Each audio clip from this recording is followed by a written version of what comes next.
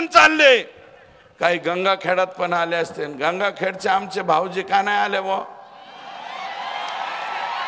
रत्नाकर गुट्टे साहेब आज कुठं अडकले माहित नाही बाबा. डबल पॉलिसी हंता का काय? इकडे हमरे भी साथ और उधर उधर के भी साथ.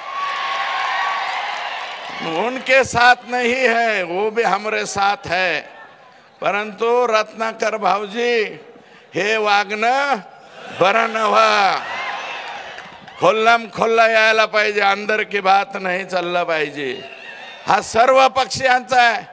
आणि मी तर अजित दादाला म्हणलो होतो, माझ्या पक्षाकडून मला संधी मिळत नाही. आमच्या मुख्यमंत्र्यांना काहीतरी अडचण आलेली दिसते, मला मिळत नाही. तुम्ही एक काम करा, प्रकाश दादाला करा.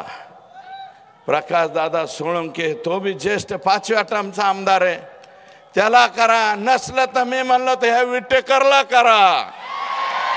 राजेश विटेकर याचे वडील विटेकरला करा. आणि हे नसलं जमत तर म्हणलं बुलढाण्याचा कायंदे करा. कायंदे निवडून आला ना तुमच्या पक्षाकडून, घड्याळाकडून.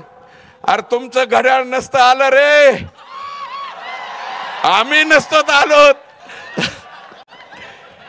एक मागे बसलेले विभूती आहे, त्यांनी पटांगण केलं म्हणून आपण इथे येत बरं का. नाहीतर सुट्टा खेळ झाला असता सगळ्यांचा.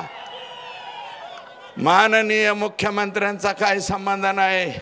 माझं म्हणणं राजेश विटेकर तुम्ही सगळेजण जा. बिन मंत्र्याचा राहू द्या आमचा जिल्हा बरं का, तुमच्या पक्षाचा. तरी बी लोक खुश होते. नाही तर लोक क्या हुआ तेरा वादावर येणार आहे. आणि तो वादा अजित दादालाच मागणार.